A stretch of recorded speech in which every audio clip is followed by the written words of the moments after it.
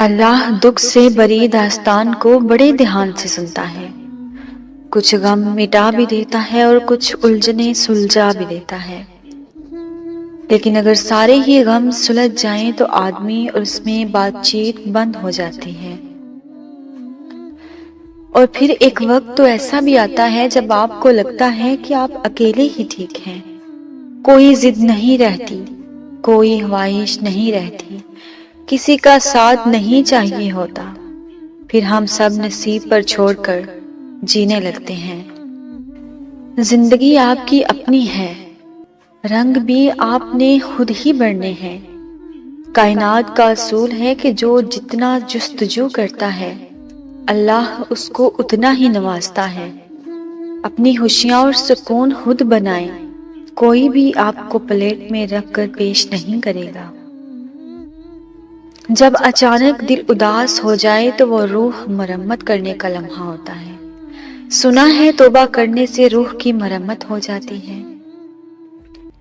انسان عجیب ہے، جب دل بھر جاتا ہے تو وہ سب باتیں جمع کرنا شروع کر دیتا ہے جن کو بنیاد بنا کر راہ فرار اختیار کر سکے اور خود کو تسلیاں دے سکے۔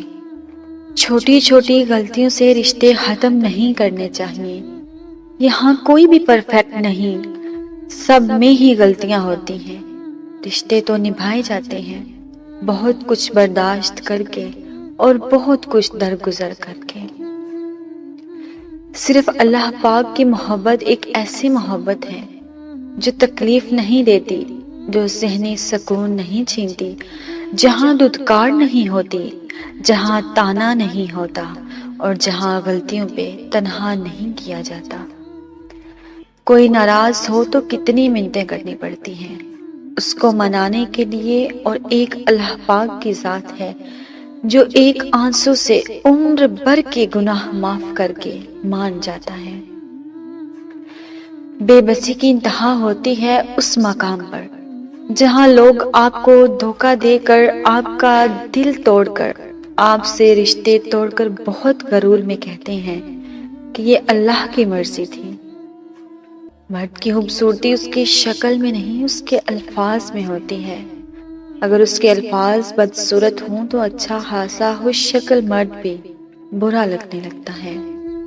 خود سے محبت کریں اور خود کی پرواہ کریں، اپنے لیے سوچیں اور اپنی ذات کے لیے فیصلے کرنا سیکھیں۔ کیا خود سے محبت کرنے کے لیے اتنا کافی نہیں کہ اللہ تعالیٰ آپ سے محبت کرتا ہے؟ اپنی زبان سے نکلے الفاظ کی ذمہ داری تو ہم لے سکتے ہیں، لیکن سمجھنے والے کی سوچ کی ذمہ داری کسی طور پر بھی نہیں لی جا سکتی۔ کالی اینک لگا کر دنیا کو کالا کہنا کچھ لوگوں کی تربیت میں شامل ہوتا ہے۔ عزت کے بغیر محبت کا کوئی وجود نہیں، کیونکہ رشتہ کوئی بھی ہو عزت کے بنا بیکار ہے۔ زندگی ایسے جیو کہ کسی کی زندگی کا حصہ بنو یا نہ بنو، مگر کسی کی دعاؤں کا حصہ ضرور بنے۔